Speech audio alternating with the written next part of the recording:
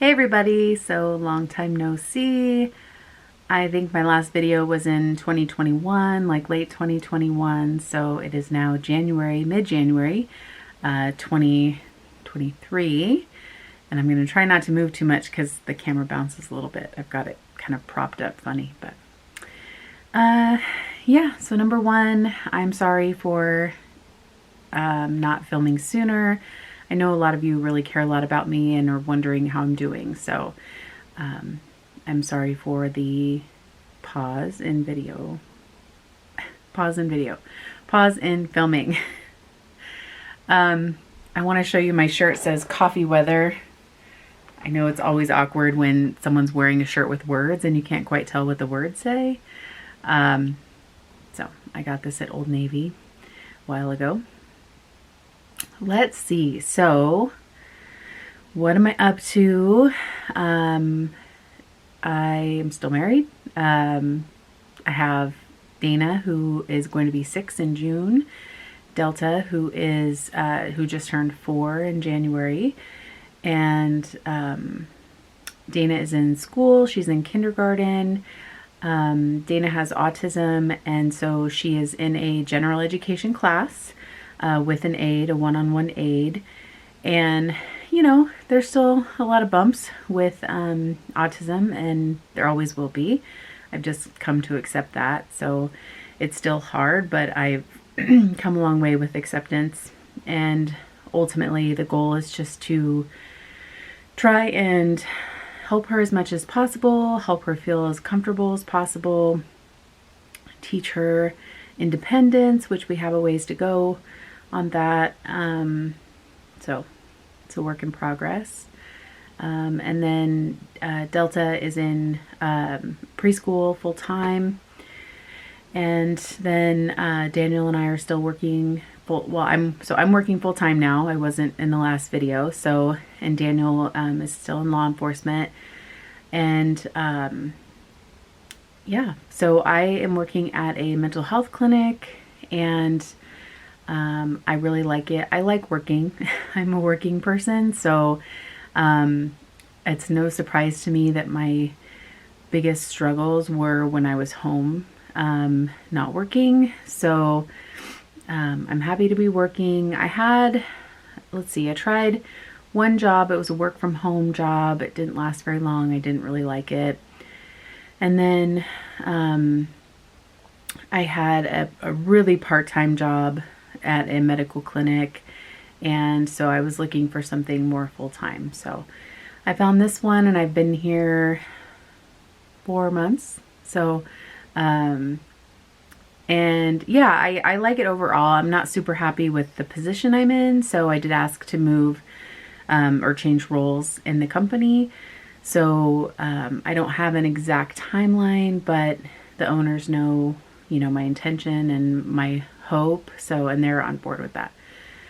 So hopefully soon that change will happen. Let's see. Life is just busy and hectic, and being a parent is really hard. And I know I sound like a terrible whiner, but it is the truth. It's just the truth. It's hard, and I feel like exhausted and depleted all the time. Because I'm like stretched so thin, I don't really leave a whole lot of room for like fun stuff to kind of help blow off steam. So I'm trying to really be aware of that and conscious of that, and really make an effort to do more things for myself. I've talked about it before, but I'm a big fan of RuPaul's Drag Race, and there's a new season on right now. So that's been nice. Friday nights are like my show, and Dan knows that. And so it gives me something to look forward to. And I still like coloring. I know that sounds maybe silly, but it really relaxes me, and it has for many, many years. I love that it became popular, because then that made coloring books more accessible. In fact, I'll show you. I was just organizing my den, I never know what to do with these, but I save them. Right now I'm using like colored pencils. That one's pretty intricate. And then I try to sign them and date them. These I've had for a while. There's like an entire stack here. So that's fun. And I'd like to get back to doing that. Something that has been a struggle with Dana is she did finally get diagnosed with ADHD, which kind of goes hand in hand with autism, from what we're told. I mean, I'm not a doctor, but from what we're told, it goes hand in hand. And I heard somewhere or read somewhere that it's like diagnosing someone with bronchitis and then diagnosing them with a cough. Like, obviously you're going to have one. I don't know if that's exactly the true, the case, but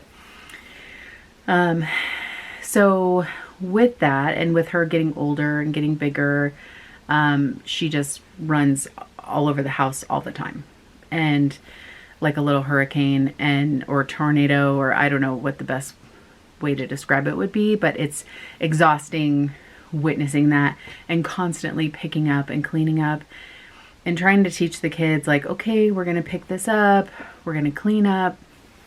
It doesn't go very far yet. I'm hopeful that it will. It's gotten a little bit better. So we finally kind of were at our breaking point.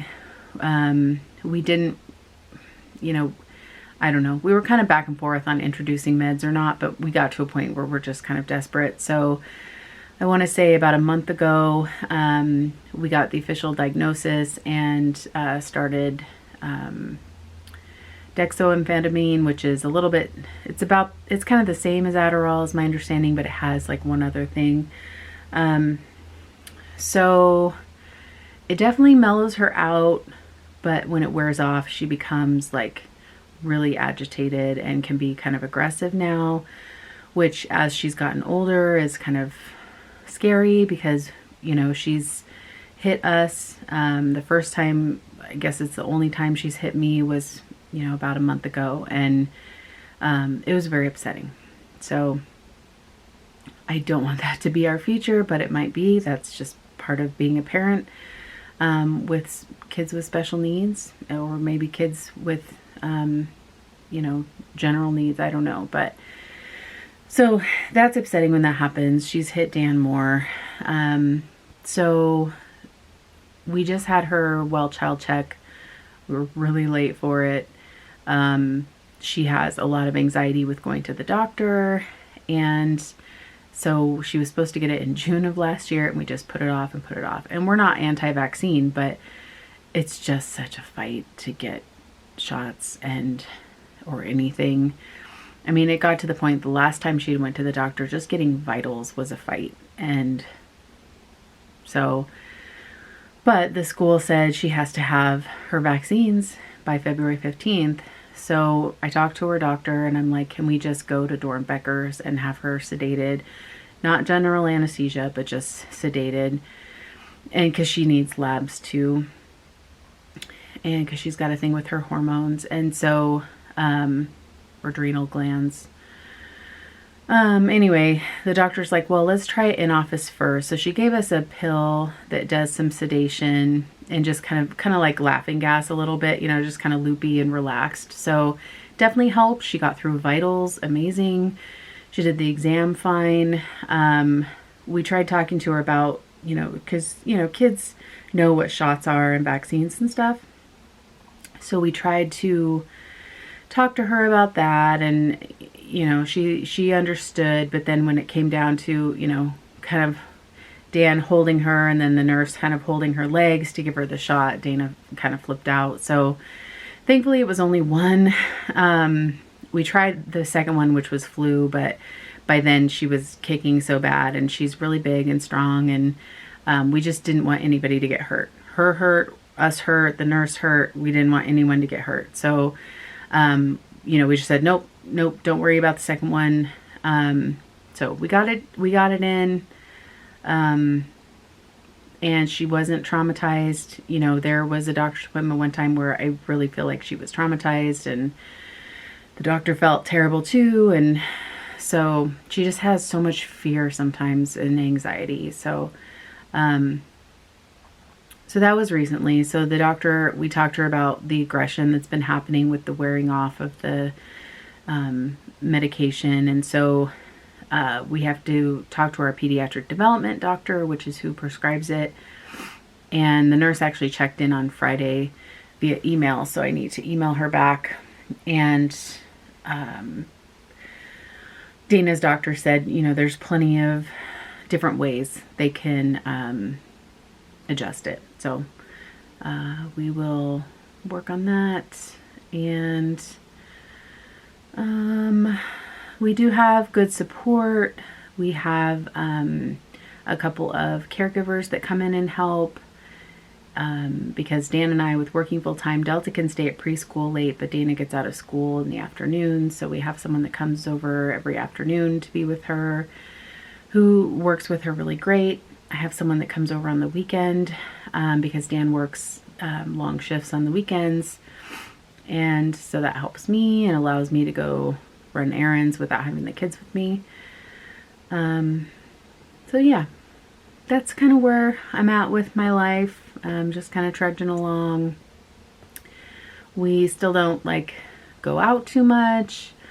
It's just unpredictable what Dana will do. So for Delta's birthday, we had her with her caregiver, and then we took Delta alone to Dave & Buster's and played games and tried to give Delta that time with her parents without having to worry about Dana and chase Dana and make sure Dana is comfortable and not having a meltdown. And so we've been trying to do that more. We did that a couple nights, Friday night too. We took her out to dinner. So it's, you know, it's a lot easier with Delta, you know, having a neurotypical kid, that you don't have the worries that you do with a neurodivergent child. So as far as me and my health, that has been a struggle. You know, the word self-care sounds easy. It is not easy at all. At least for me, I definitely need more support. I need to find that support and use that support, I guess is what I'm trying to say. Like I need to accept the support. I've had amazing luck with OA in the past. I would like to get back into that again. I'm hoping with the role change, I'll have a little bit more flexibility in my schedule, so that I could go to a meeting in the afternoon and then make up the hours at work after that. Because I'm a sugar addict, or carb addict or whatever. It just is really bad, and it's not good for my health. It's not good for my teeth. It's not good for probably my mood. So there's a lot of shame around that, and I try not to allow myself to feel that because I have to function and I have to live life. So, but it's a struggle. It's a struggle, and trying to grocery shop and meal prep and do all those things feels like very overwhelming, especially now that it's not just me, it's like 4 of us. So I'm not doing a very good job. I think I've talked about it in another video, but I was actually diagnosed with ADHD year or 2 ago, maybe. But, you know, after realizing it, it was like, oh yeah, duh, like that's exactly what I have. So it's hard for me to stay organized. I am all over the place often, and it's uncomfortable. I wish I could be more organized, and, you know, it's like you blow your nose and you leave a tissue like randomly, like rather than like taking that tissue and throwing it in the garbage. That sounds gross, like with the tissue. It's kind of a bad example, but you know, leaving a cup on the counter next to the coffee pot versus, you know, and I'm done with it, versus taking it to the sink, rinsing it out, putting it in the dishwasher. Like I'm just constantly like, oh, I'll do that later, I'll do that later, and then later never comes. So so that's a struggle too. And Dan's been really understanding with that. Obviously, it frustrates him.